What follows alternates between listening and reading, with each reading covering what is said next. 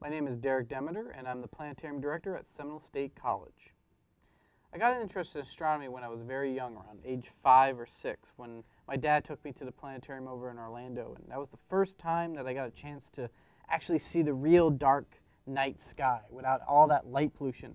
And I got a chance to go up to the observatory and see Saturn's rings and the moon's craters and other objects in the sky. And from that point on, I knew I wanted to do something in astronomy, whether it be doing research or, in this case now, running a planetarium and teaching people about astronomy. I've been working at the planetarium here for about 5 years, and it's been under my leadership for about 1.5 years now. My favorite planet has to be Saturn. And the reason for that is because Saturn is kind of a micro solar system, if you will. There's over 200 moons that orbit around Saturn. Most of them are actually inside the rings, and they actually cause the rings to look the way they do. But some of the moons, like Titan, are actually really neat because they have a really thick atmosphere and kind of mimic the way the Earth looked like way before life actually existed here. My favorite planetarium show we have to offer right now is Earth's Neighborhood. And the reason for that is because it fuses the old with the new. To be able to use a live presentation, but also use our new full-dome video system, which immerses the audience in a kind of three-dimensional virtual reality experience, where it allows us to actually fly to the planets and get a bird's eye view of the solar system.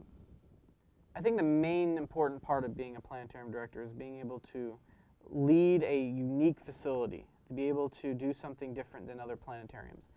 It's great to go out and actually talk to people about the things that you're passionate about, opposed to just pushing a button and running an automated show.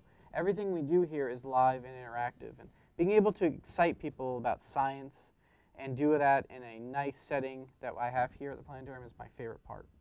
If I could go back in time or get a chance to meet one of my favorite scientists, it would have to be Sir Isaac Newton. Simply because Sir Isaac Newton was kind of a mysterious person himself.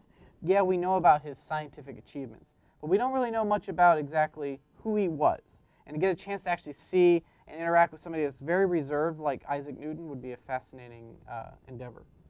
My education is in both fields of both physics and education. The physics side is more in the astronomy aspect of it, but it's still physics.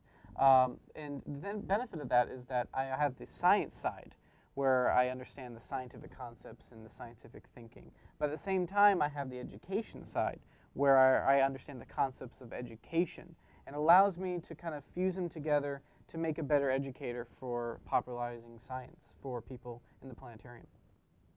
If a child came up to me at the planetarium and said, "Hey, I want to be a scientist. What do I need to do?"